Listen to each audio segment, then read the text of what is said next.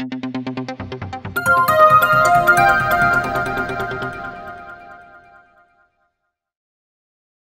August ते येणाऱ्या 9 सप्टेंबरपर्यंत संपूर्ण महाराष्ट्रभर संविधान जागर यात्रा या ठिकाणी येणार आहे। त्या अनुषंगानं आपल्या सोलापूर शहरामध्ये 17 ऑगस्ट 2024 रोजी सकाळी 9 वाजता या यात्रेचं आगमन होईल आणि त्यानंतर या आगमन झाल्यानंतर या यात्रेतील जे सभासद आहेत ते सभासद सोलापूर शहरातील काही मान्यवरांच्या गाठीभेटी घेणार आहेत, त्यांच्याशी चर्चा विनिमय करणार आहेत। आंबेडकरी चळवळीतील काही ज्येष्ठ नेत्यांच्या गाठीभेटी होणार आहेत।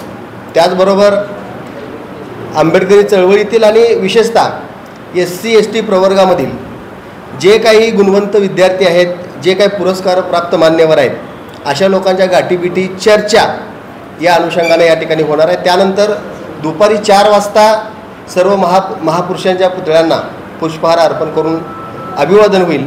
त्यानंतर संध्याकाळी 5 वाजता एक छोटासा भीमगीताचा कार्यक्रम आणि 6 वाजता या ठिकाणी संविधान जागर समितीच्या वतीनं एक कार्यक्रम म्हणजे त्या ठिकाणी व्याख्यान या ठिकाणी संपन्न होणार आहे। तर एकूणच या कार्यक्रम अशा पद्धतीनं आहे।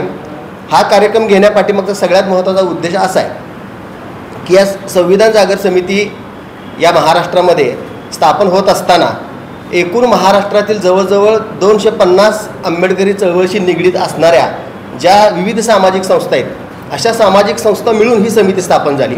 त्याचा उद्देश असा होता की संविधानाविषयी जनजागृती संपूर्ण महाराष्ट्रामध्ये करणं। यामध्ये सर्वात महत्त्वाचं म्हणजे आपल्या सर्वांना माहीत आहे की गेल्या जवळजवळ 6 महिन्याच्या पासून आणि विशेषतः सोलापूर लोकसभा आणि महाराष्ट्र भारत या लोकसभेच्या निवडणुकीच्या दरम्यान काही पक्षाकडून काही समाज घटकाकडून या ठिकाणी असा एक अफवा पसरवली गेली की भारतीय संविधान या ठिकाणी बदललं जाणार आहे, परंतु हे संविधान बदललं जाणार नाही याची माहिती देण्यासाठी या अनुषंगानं जनजागृती करण्यासाठी या ठिकाणी ही जागर समिती संपूर्ण महाराष्ट्रभर या ठिकाणी कार्य करत आहे।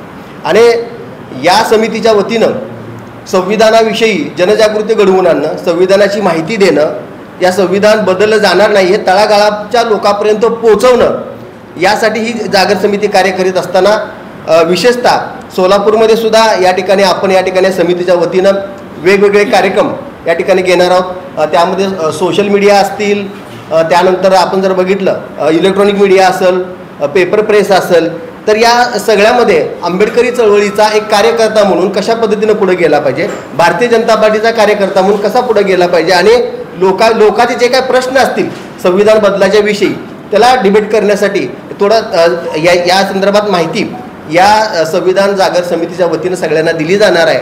तर हा कार्यक्रम या ठिकाणी संविधान जागर समिती सोलापूरच्या वतीनं या ठिकाणी आयोजित केला। आम्ही त्यासाठी एक 25 जणांची समिती या ठिकाणी स्थापन केलेली आहे। त्या समितीच्या वतीनं सगळं नियोजन या ठिकाणी झालेलं आहे।